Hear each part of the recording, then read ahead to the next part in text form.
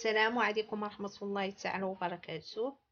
مرحبا بكم معايا في الفيديو الثاني نتاع الوصفة اللي دوزنا فيها المسمن، وهنا ان شاء الله غادي نكملوا الوصفة ديالنا اللي هي الرفيسة.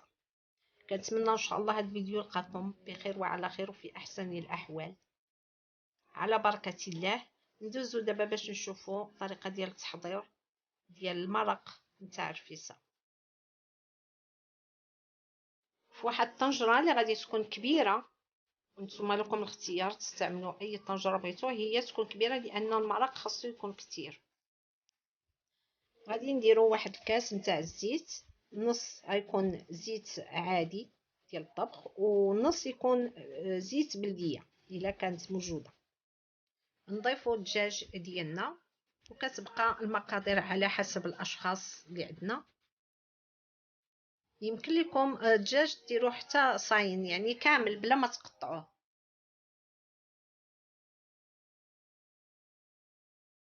انا اليوم درتو هكا مقطع لان ما غاديش نحمرو في الفران. وغادي نزيد عليه واحد بصله متوسطه مقطعه هكا شنايف، حنا كنقولوا مقطعه شنايف يعني بالطول، وانتم قطعوها كما بغيتو، مع قياس الملح. كل واحد والذوق نتاعو في الملح، بغيتو تزيدو بغيتو تنقصو كيبقى لكم نتوما الاختيار، وعينكم ميزانكم. هنا معلقه كبيره نتاع الفلفل الاسود اللي هو البزار، ومعلقه كبيره وربع نتاع الكركم اللي هو الخرقوم البلدي، ومعلقه كبيره ونص نتاع سكنجبير الزنجبيل،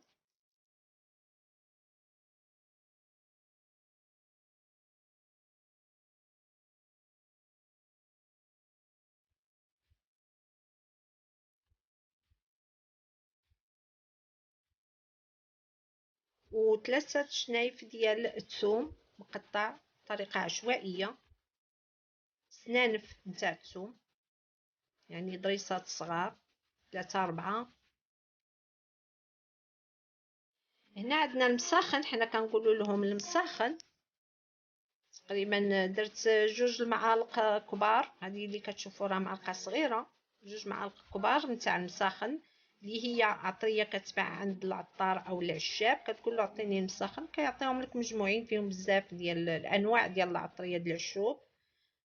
ومعلقه كبيره نتاع السمن، هنا السمن الحار.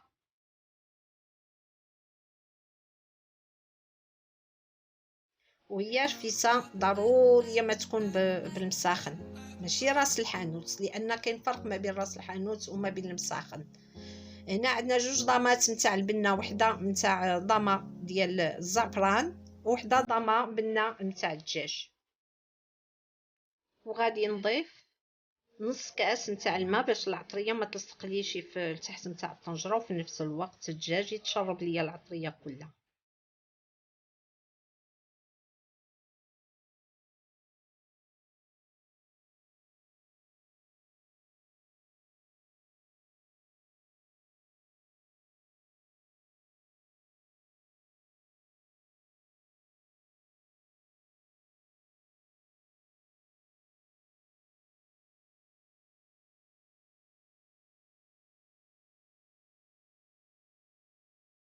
من بعد ما تقلى الدجاج غادي نزيد مقدار 2 كيلو نتاع البصله اللي مقطعه بالطول بهذه الطريقه هذه. وانتم يمكن لكم تزيدوا اولا تنقصوا من الكميه اللي كنعطيكم انا على حسب الاشخاص اللي عندكم وعلى حسب الاذواق ديالكم.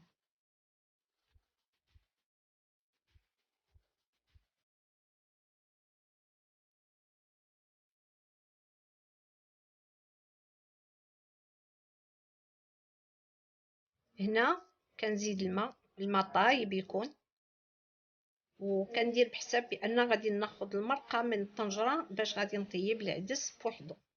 ضروري ديروا الماء بزايد منها باش غتسقيو المسمن السريد ديالكم، ومنها باش غادي ناخذوا باش غادي نطيبوا العدس.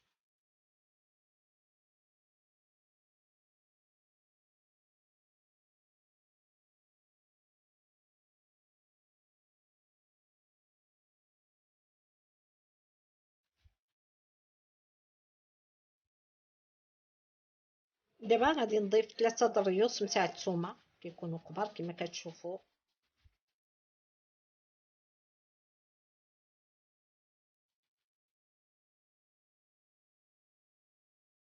وهنا كنزيد ربطه نتاع القزبر والمعدنوس،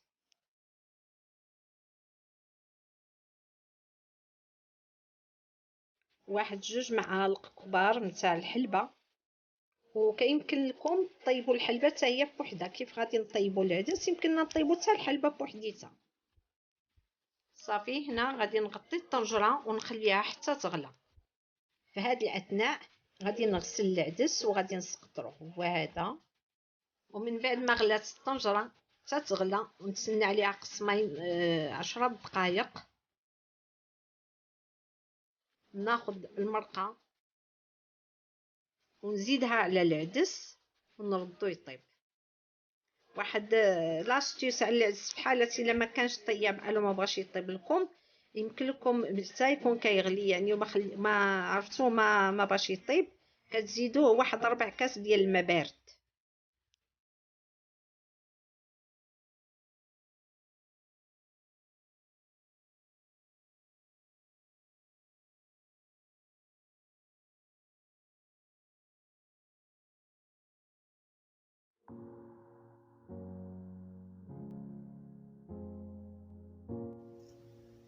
دابا المرق ديالي ها هو وجد،